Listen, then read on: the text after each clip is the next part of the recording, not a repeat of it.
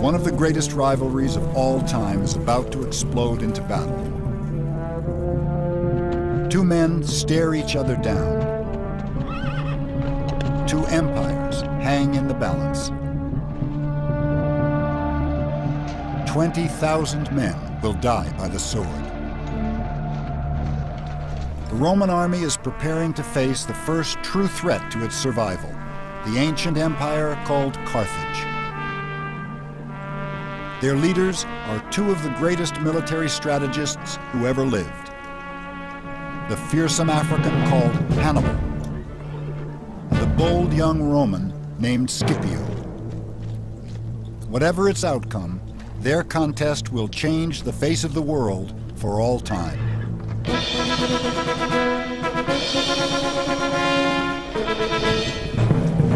The Second Punic War, Rome versus Carthage, has reached its final crisis.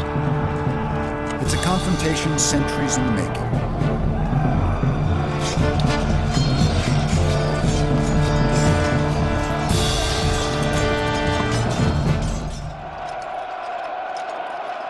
The Roman legions have been a formidable fighting machine since their earliest days. How an amateur army from a minor city grew into a force capable of conquering the world is one of the ultimate success stories of history.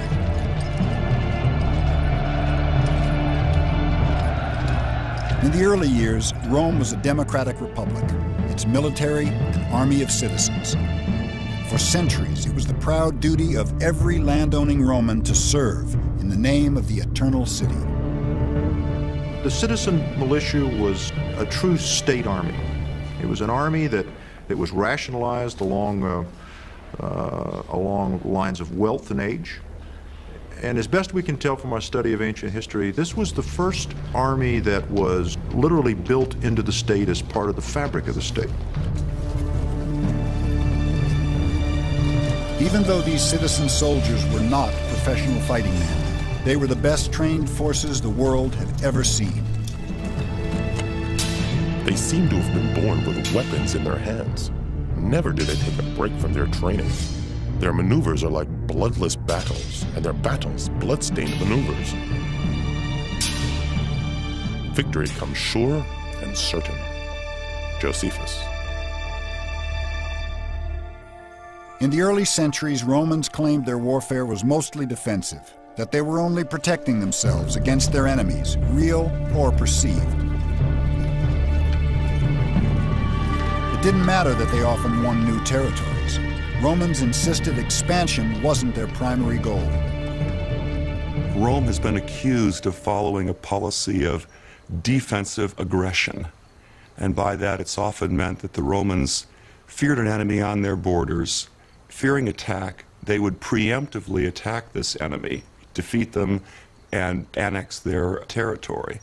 Once you've done that, of course, on the far side of this newly conquered territory, you would find new enemies on your borders, and you might fear them. And so thus you're compelled to continually advance your borders to, in your own mind, preemptively deter an aggression against your own state. It was an accidental empire, and yet Romans found themselves engaged in almost constant warfare. In battle after battle, Romans came away victorious, and Rome's influence was growing fast. Back in the 5th century BC, Rome was little more than a smudge on the map. Over the next 2 centuries, Rome conquered most of central Italy. Besides constant fighting and training, there were other keys to the success of this young army. The genius of the Roman war machine was rarely the invention of new weapons or tactics. Rather, just as they would in art and technology, Romans stole the military innovations of others, brilliantly. They didn't look for what today we'd call a silver bullet, the one single weapon system that would guarantee them success on the battlefield, or one tactic that would guarantee them success.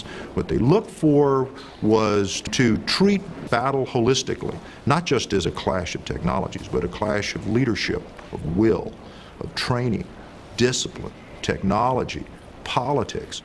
What they were a body of soldiers who always picked the best.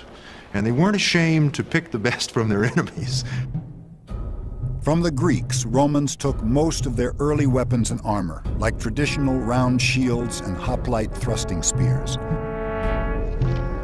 From the Gauls, a long javelin called a pilum, which they could throw 100 feet, along with larger oblong shields and chainmail armor. And from the nearby Etruscans, Rome copied the basic organization of her military, the legions of roughly 5,000 men each. The Romans knew how to find an edge anywhere they could. The Roman army, with few exceptions, was always well-fed and healthy. Now, in an age of muscle-powered armies where physical strength determines your dominance over an enemy, being healthy and being rested and well-fed would be today like having a weapons overmatched against an enemy in a firepower battle. It was very important. Another secret to Rome's success was extreme, unflinching discipline. If any soldier deserted or ran from battle, his entire unit faced brutal punishment. 1 in every 10 men was beaten, stoned, or flogged to death.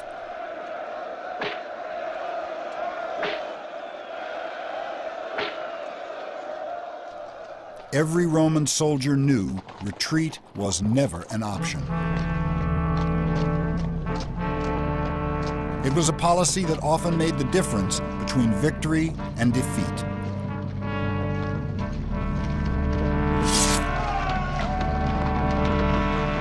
In the eyeball-to-eyeball combat of the ancient world, retreat was almost always the wrong move. 2 men armed with swords and shields find it surprisingly difficult to seriously wound or kill each other. Until, that is, one of them turns and runs. It's far easier to stab an enemy's unprotected back and sides. And so, the bloodiest slaughters occurred when an army panicked, turned their backs, and ran. Thanks to their unwavering discipline, the great Roman legions just didn't panic. By 260 BC, Rome controlled more than 52,000 square miles, the entire Italian peninsula south of the Po River, and she would not stop here. Rome's reach across the map was now bumping elbows with another, much older empire, Carthage. This powerful empire controlled much of North Africa, Spain, Sicily, and Sardinia. First settled by traders from what is now Lebanon, the city of Carthage was founded in 814 BC, before Rome was even a collection of mud huts. Called the Great Jewel of the Mediterranean, Carthage was rivaled by no other city on earth, least of all young Rome. Little is known about the Carthaginians, who left behind almost no written record. What is known comes from archaeological finds and stories passed down by the Greeks and Romans. But one scrap of evidence about Carthage overshadows all others, a bizarre ritual that struck even the Romans as utterly barbaric. The god Baal Hammon demanded human sacrifice from the ancient Africans. Carthage gave him her children. In a sacred ceremony, a priest lifted up the child, strangled him to death, then burned the small body in a ritual fire. These carved stones mark the graves of sacrificed babies. There are thousands near Carthage. Hundreds of children at a time were killed in the desperate attempt to bring rain in times of drought or repulse an enemy in times of war. Romans claimed that child sacrifice was the root of Rome's hatred for Carthage. More likely, the African Empire simply stood in Rome's ambitious way.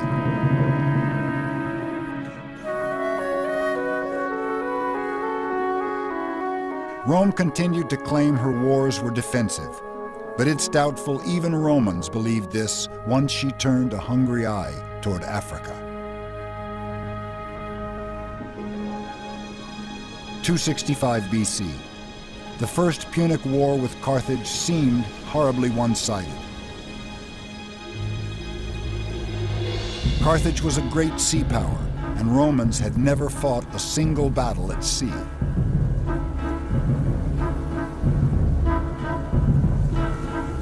And so the Romans, in order to fight a naval war, had to develop a navy. And they got a break early in this war when they found a Carthaginian warship that had accidentally washed up on the shore of the Italian coast after having been abandoned by its crew during a storm. And they closely studied the Carthaginian vessel. They took it apart, found out how it was built, and then built hundreds of exact replicas of this Carthaginian ship. So the Romans now had a fleet. New to naval warfare, the Romans had to find a way to turn things to their advantage. They soon found the answer. Instead of bombarding from a distance, Roman soldiers boarded the enemy's ships using a specially designed plank called a corvus. In hand-to-hand combat, Roman legions were just as deadly as on land.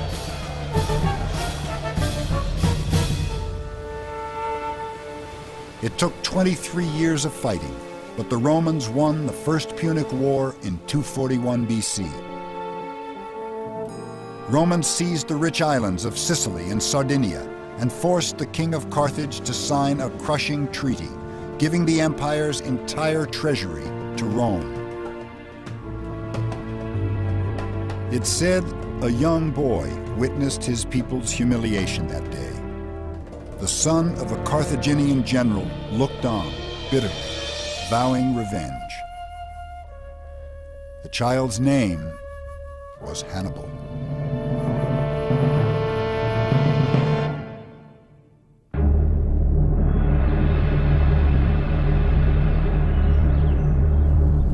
Two decades after Carthage lost the First Punic War, Hannibal was now a soldier, the leader of his nation's military.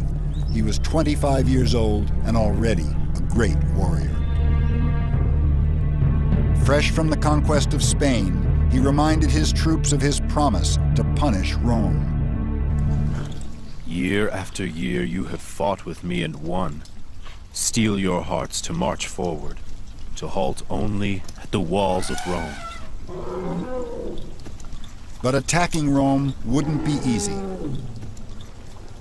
No longer in control of the Mediterranean, Hannibal would have to make the journey by land, crossing the Alps with 40,000 men and 37 elephants. Autumn, 218 BC. Man and beast trudge for months over cruel terrain. Their serpentine parade stretches more than 15 miles. Hannibal's troops are professional soldiers, well-equipped and well-trained, and yet the long journey takes a grim toll. When they finally make it through the mountains, 1/3 of Hannibal's men are dead. Most of the horses and all but one of the elephants have perished, and yet the survivors march on. Even before the first battle, Romans see Hannibal as a potent threat. They never had to face a fiercer or more warlike foe. Carthage had long been an enemy of Rome, and they were bringing with them countless Spaniards, already battle-hungry, and would soon be raising Gauls with their insatiable appetite for blood. War was coming, and it would be fought in Italy in defense of the walls of Rome. Livy. The Roman Senate raised 6 new legions, more than 30,000 men. The Second Punic War was begun. This time the deciding factor wouldn't be manpower, but strategy. Most Roman commanders were political appointees with little battlefield experience, no match for a military genius like Hannibal. Hannibal had a spark. I mean, he had many things that made him a great leader. I mean, he knew how to motivate troops, he knew how to innovate on the battlefield, he knew how to make the optimum use of the tools at his command. But in addition to that, he had that spark. He had the ability to read an enemy and find that one maneuver that would cause the enemy to collapse. In battle after battle, Hannibal humiliated the Roman legions. The most devastating defeat was the Battle of Cannae. Here, Hannibal, though badly outnumbered, managed to surround the Romans and slaughtered them. 50,000 Romans, more than half the entire Roman military, killed in the worst defeat Rome ever suffered. At last, Rome saw Hannibal for what he was, the first true threat to her survival.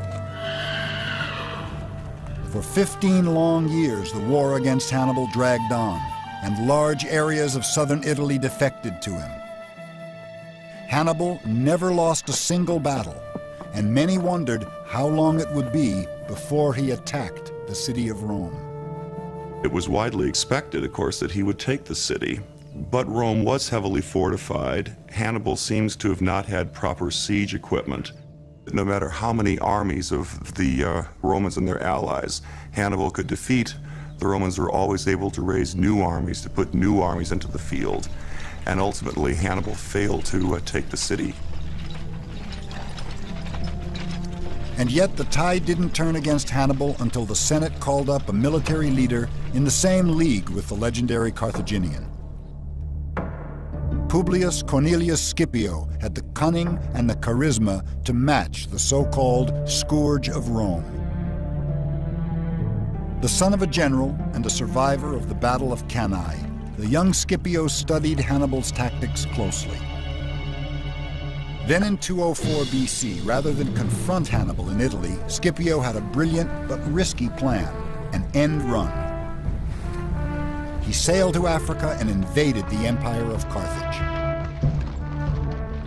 Carthage was forced to respond, recalling Hannibal from his 17-year torment of Italy. It was the moment of truth.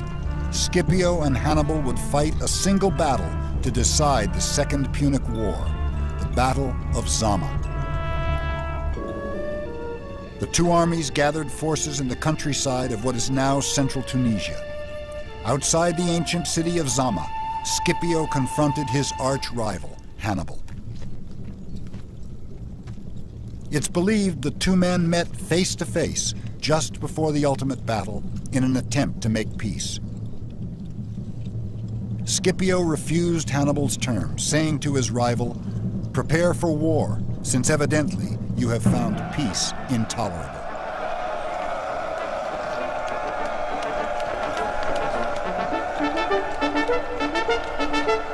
The two sides were well matched, with about 34,000 men each, but there were crucial differences.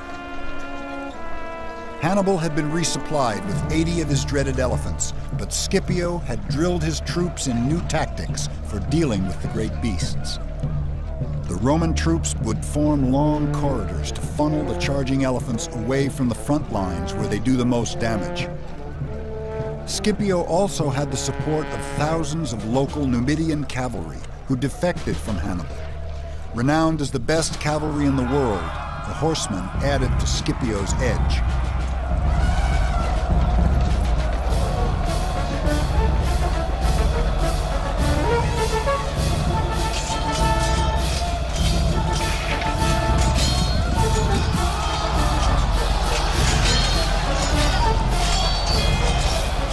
Scipio finally and soundly defeated Hannibal at Zama.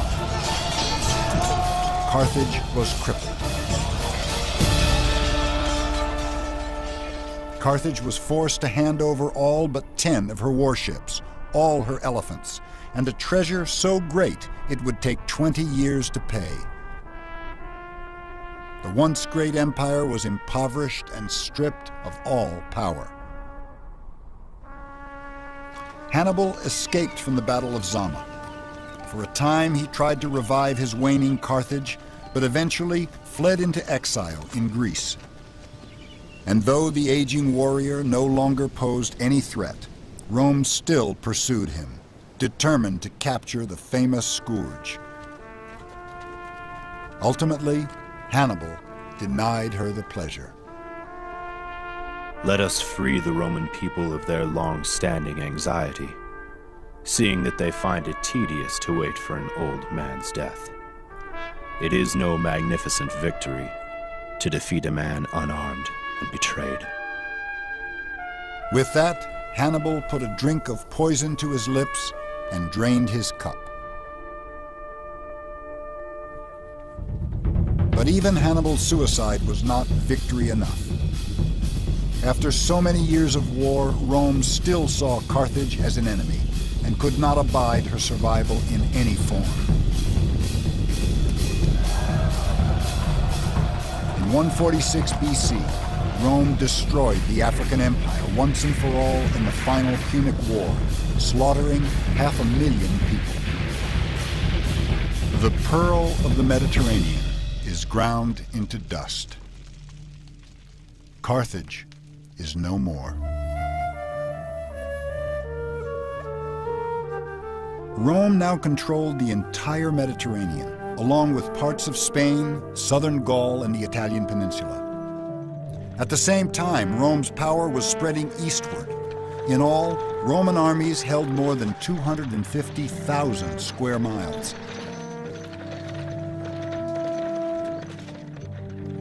In 3 centuries, a small backwater city had become a dominant world power.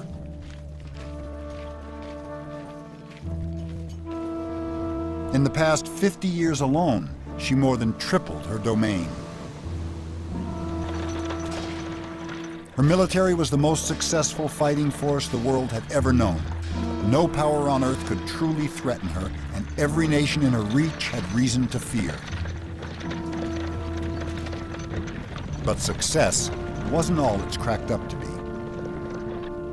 More than a century after the wars against Carthage began, Rome was left drained, both financially and emotionally. War-weary Romans had lost hundreds of thousands of sons to bloody battles in faraway lands. Surviving soldiers had been fighting so long, they barely remembered their homes.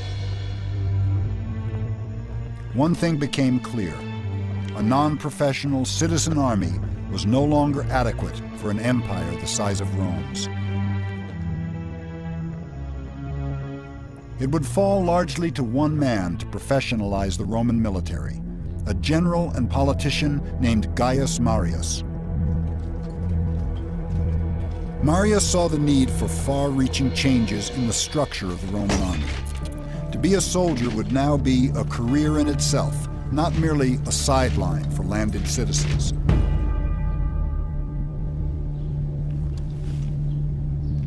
Marius recruited even the poorest Romans into the legions and issued them standardized equipment, making them the best outfitted soldiers in the ancient world.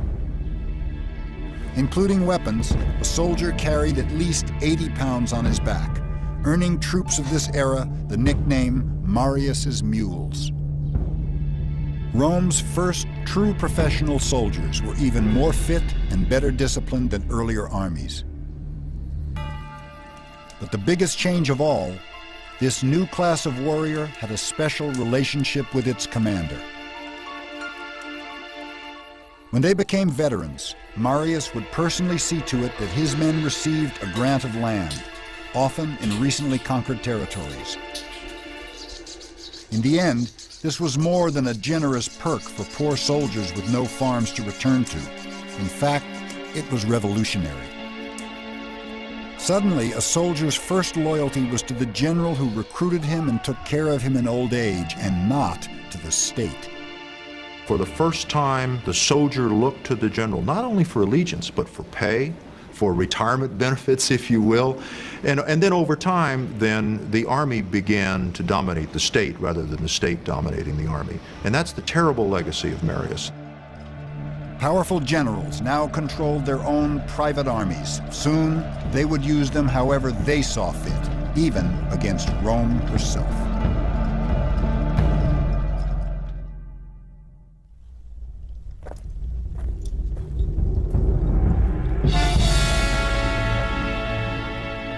By the 1st century BC, a powerful general called Lucius Cornelius Sulla would be the first to cash in on the loyalty of his men.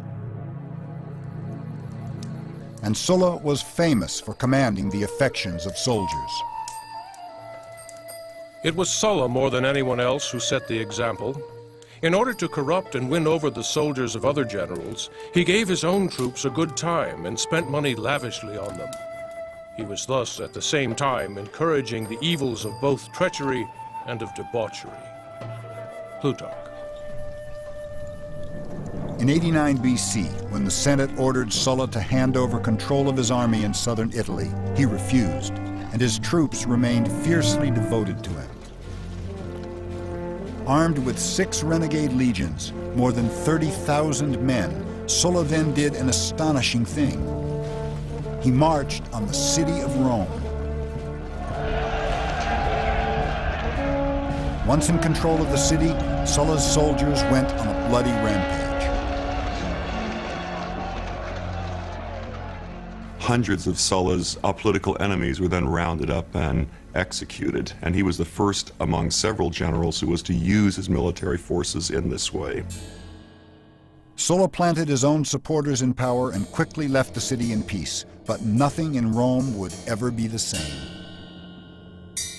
A Roman general used his troops to enforce his own political power. It was the first time, but it would by no means be the last. Soon, another Roman army would march against Rome, led by a great leader, politician, and general.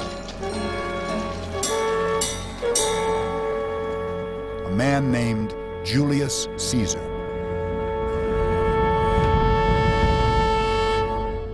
He was a slightly built man with soft and white skin who suffered from headaches and was subject to epileptic fits. He was particular in his personal appearance and dress, was clean-shaven, and was sensitive of his premature balding. Plutarch. Shrewd and intense, the future dictator clearly saw his path to power. Only by victory on the battlefield could a politician hope to be taken seriously as a leader in Rome. Now 40 years old, Caesar needed a war to win, and the obvious choice was to make one of his very own in a place called Gaul. The Senate named Caesar governor of 3 provinces, Illyricum, Cisalpine, and Transalpine Gaul, the only parts of Gaul Rome controlled. Caesar hungered for the rest. The Gauls had long been the most powerful and successful people of northern and central Europe. By Caesar's time, they dominated the lands of modern France, England, and Ireland. The Romans considered them barbarians, but Gallic culture was actually quite advanced. And yet, what the Gauls were most famous for was their bloodlust in battle. They excelled in psychological warfare. They wore body paint and caked their hair with lime and mud, terrifying the methodical Romans. 5 million Gauls stood between Caesar and the glory he craved. If he could add the lands of modern France to Roman territory, he would hugely increase his reputation and his power. In 58 BC, on the excuse of stopping a Gallic tribe from entering Roman territory, Caesar moved his legions into Gaul. And for the next decade, the bold general does precisely what he set out to do: conquer. Tribe after tribe, battle after battle, Caesar prevailed against the Gauls again and again. By Caesar's own accounts, it was a slaughter.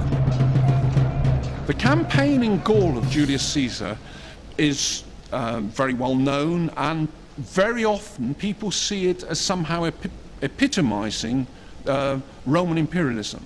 What people forget is that Julius Caesar was proud of the fact that in Gaul he killed 1 million Gauls.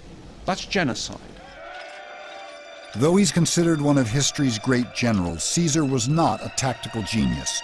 Instead, he had incredible fortitude and a genius for inspiring others. Caesar won the devotion of his soldiers by marching alongside them, eating the same food and sleeping on the ground as they did. He forged a military machine during these campaigns, the likes of which had not really been seen prior to this in Roman history. He built an army composed of troops that were fanatically loyal to him, particularly the legionary infantry who fought along with him.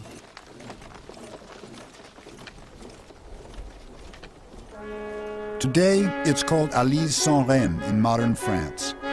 In 52 BC, it was known as Alesia, the decisive battleground for Caesar's campaign. The Gauls were united under a legendary warrior chief called Vercingetorix. For Julius Caesar, this is the moment of truth. He surrounds Alesia, but he's taken by surprise when Gallic reinforcements attack from behind. Caesar must now fight two armies at once. He basically conducted a siege in two directions. Now, what other ancient soldier would have done that? Or what soldier today would have had that degree of self-confidence in his men and self-confidence in his own leadership ability to conduct essentially a siege in two directions 500-600 miles from home? That's the mark of a genius. He's outnumbered 5-1, but Caesar's troops eventually win the battle, capturing the infamous Vercingetorix. It was the last stand for the Gauls, and it made Julius Caesar one of the two most powerful men in Rome and the world. The other was a general and politician named Gnaeus Pompey, long a rival of Caesar's. The ambitions of these two men would soon launch Rome headlong into a bloody struggle for her own survival.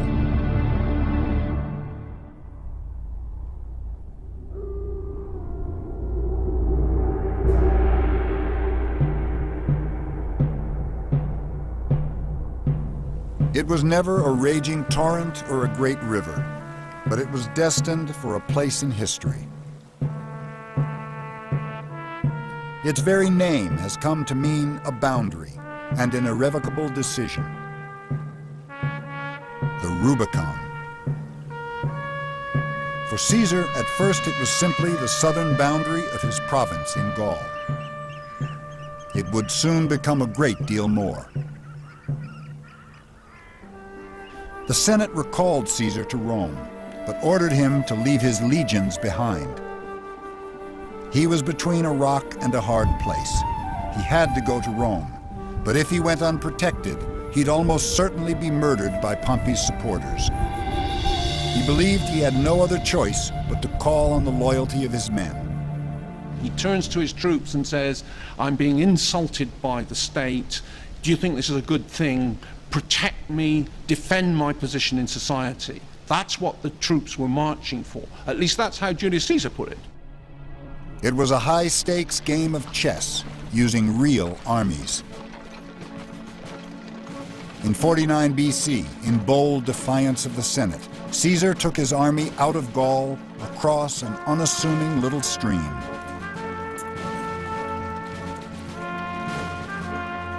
We can still turn back, but once we cross that little bridge, we will have to fight it out. The die is cast. Julius Caesar. The moment his army crossed the Rubicon, his intent became obvious to all. Caesar was marching on Rome into civil war. The army of one Roman general against another, legion against legion. Caesar defeated Pompey, but the bloody struggle for power raged on. Even after Caesar was stabbed to death by the Senate in 44 BC, civil war and anarchy tore Rome apart. For 2 decades, Romans by the thousands died by Roman swords as one general after another entered the fray. Agrippa, Lepidus, Dolabella, Brutus, Cassius, Mark Antony, and Cleopatra against Octavian, until one man emerged triumphant. He called himself Augustus, Rome's first emperor. The Republic was dead. Rome was now officially an empire, ruled by a sole dictator. The army at last had a single commander, and Rome at last had peace. The imperial army under Augustus, the first emperor, took an oath of allegiance, not to the Senate, not to the people of Rome, but to the emperor personally, a personal oath of allegiance. The emperor provided the pay, the emperor provided the land that veterans could expect to get after service. So the army was tightly bound to the person of the emperor himself. For a time, Augustus solved the crisis of the army's loyalty by making himself the sole commander. Rome's first emperor understood that you had to control the military to control Rome. The growth of the empire had slowed, but defending the vast borders was a gargantuan and expensive task. What Augustus sensed was that simply that the Roman Empire had spread too far too fast, and that the military was stretched to the limit in trying to defend that huge expanse of territory. So he paused. For perhaps the first time, Rome begins to realize that her expansion is not limitless. In his will, Augustus himself warns future rulers about the dangers of too large an empire. Roman territory continues to increase in the 1st century AD, but at a far slower rate. Augustus added Egypt and extended the northern border to the Danube. The Emperor Claudius finally added Britain in 43 AD, but lost some ground to later uprisings. Rebellions in the provinces were becoming far more frequent. More and more voices of dissent were rising from cultures who despised Roman tyranny as never before. The Romans are deadly. Pillagers of the world, they've exhausted the earth by their indiscriminate plunder. A rich enemy excites their lust for wealth. A poor one, their craving for power. Robbery, butchery, and rape, they call government. They create a desert and call it peace. Cagakus. In 66 AD, one relatively minor uprising in far-off Judea would come to haunt the great Roman Empire. A minor religious sect called the Jews rose up against Roman tyranny, passionately resisting Rome's pagan religion. Jewish rebels took control of Jerusalem, then Judea and Galilee. It took 2 years for Rome to reclaim all but Jerusalem, and 2 more years before the legions ruthlessly took back that city as well. Roman troops burned the sacred Second Temple of Jerusalem and rampaged through the streets, carrying off holy treasures. They massacred all who fell in their way and burned the houses along with all those who were hiding inside. Soldiers ran swords through so many that they choked the streets with their dead and deluged the whole city with blood. So great was the flow of blood that it often actually quenched the flames. Josephus.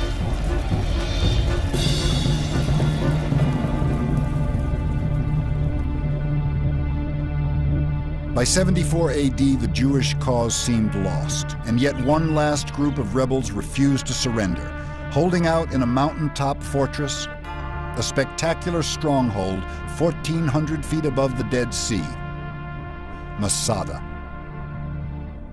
Entrenched atop this mountain, 960 determined rebels looked down on an entire legion of 5,000 Roman soldiers. The haunting outlines of their camps can still be seen today. The Roman forces were experts at siege warfare, relying on catapults, stone throwers, and firebrands. But the natural fortress of Masada proved too steep for siege weaponry to do much damage from the ground. Using thousands of Jewish slaves and their own soldiers, the Romans started building an enormous ramp of stone and dirt to the top of the mountain. Even though construction would take nearly a year, the legions knew that time was on their side. It was a very dramatic, slow, meticulous, well-engineered campaign that sought to demonstrate to everyone in the area that the Roman army simply couldn't be beaten.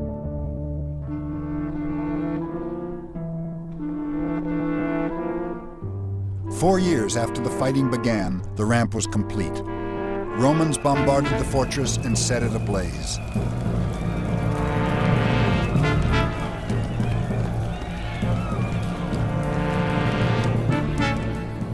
The Romans returned to their camp with the intention of attacking their enemy the next day, and throughout the night kept a careful watch in case any of them should escape in secret.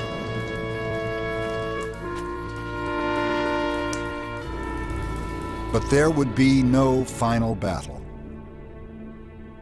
In a sense, the Jewish zealots did escape defeat and death by Roman arms. Long ago, we resolved to serve neither the Romans nor anyone other than God himself. We have never submitted to slavery, and we must not now. Let our wives die unabused, our children without any knowledge of slavery. Ben Yair. They drew lots, choosing 10 men from among them who would slay all the rest. Then they offered their necks to the stroke of those who executed that melancholy task.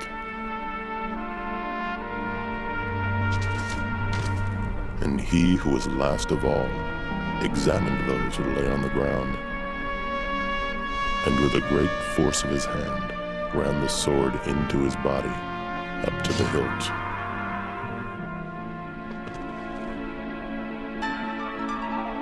During the long night, more than 900 devout Jews turned their swords on themselves.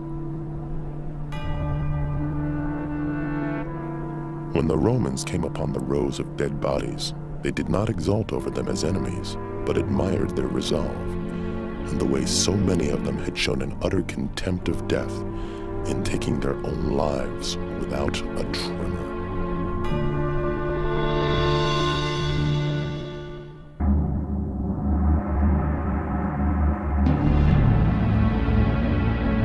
Revolts like Masada posed no real threat to Rome's supremacy, but they began to spark a change in the military's role. Scattered uprisings continued to trouble the empire, little by little turning Rome's great army of conquest into an army of occupation. Trajan was the last Roman emperor to substantially add to the empire. Under his rule in 117 AD, the Roman Empire reached 2 million square miles. Trajan added modern-day Romania, Armenia, and lands to the east, expanding the empire to its greatest size ever. He briefly held territory as far east as the Persian Gulf. The legions now patrolled a vast frontier, from the edge of the Sahara Desert to the frigid Carpathian Mountains. From this point onward, Rome concentrated on shoring up her empire. The days of conquest were over. It was the Emperor Hadrian who formalized this policy. Hadrian gets a sense of unease that he has pushed the empire out to its limits, and he did two things. He pulled the army back from its overextension, and then he built a series of beautifully engineered fortifications. The most famous of these barriers is Hadrian's Wall in northern Britain, where remains of the 73-mile-long chain of forts still stand nearly 2,000 years later. But walls proved only partially successful against a threat that would torment the Roman Empire until the very end. The Romans have a single word for all peoples without a written language. They call them barbarians.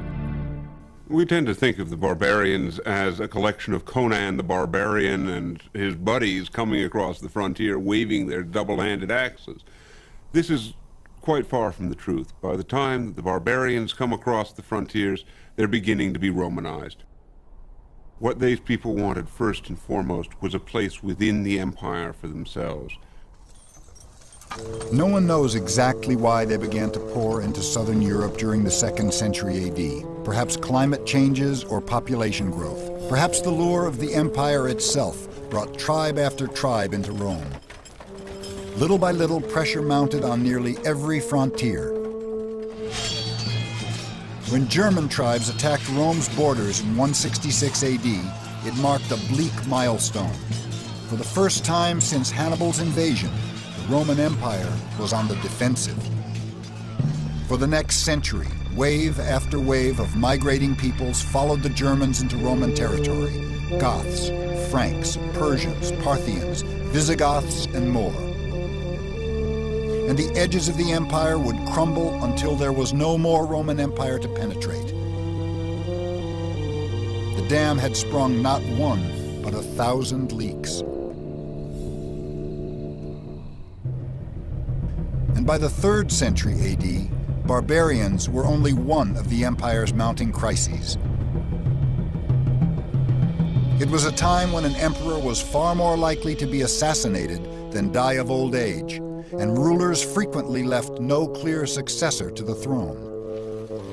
Once again, the affections of the individual legions became central to political power. There came a point where the loyalty of the army became suspect, particularly in the 3rd century AD, when the empire, faced by barbarian incursions on the frontiers, faced by plague, by rampant inflation, some armies proclaimed their own commanders emperor and then marched on Rome, trying to seize power. It was a recipe for anarchy and disaster. Feuding legions proclaimed 30 different emperors in a period of just 23 years. Civil wars broke out frequently over who the true emperor was. Throughout much of the 3rd century, Roman armies were often engaged in fighting one another rather than in guarding the frontiers and protecting the security of the empire as a whole. The period of the so-called barracks emperors, the period of military anarchy, is a very interesting period to modern scholars, because I think what it shows is moral collapse of the military leadership in the Roman Empire. And it's a question of allegiance. If the army becomes more important than the state, then ultimately both the army and the state are doomed. And that's a terrific lesson for all of us in this day and age. Meanwhile, Rome's impressive record in battle was slipping. Apparently, the great legions had lost their edge. Many people are very keen to criticize the Roman army in the 3rd century because it suffered military defeat after military defeat. But we do need to remember that the Roman army had not fought an offensive battle for nearly a century. The Roman army had been patrolling the frontiers, not fighting wars. The low point came in 260 AD. The Emperor Valerian has spent his entire career fighting the Persians to the east with limited success.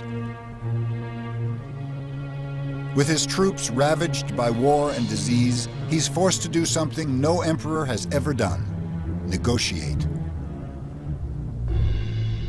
But when Valerian arrives in modern-day Iraq to talk peace, he's taken prisoner. The emperor of the Roman Empire is made to kneel down on the ground before his conquerors, so the Persian king Shapur can step on his neck.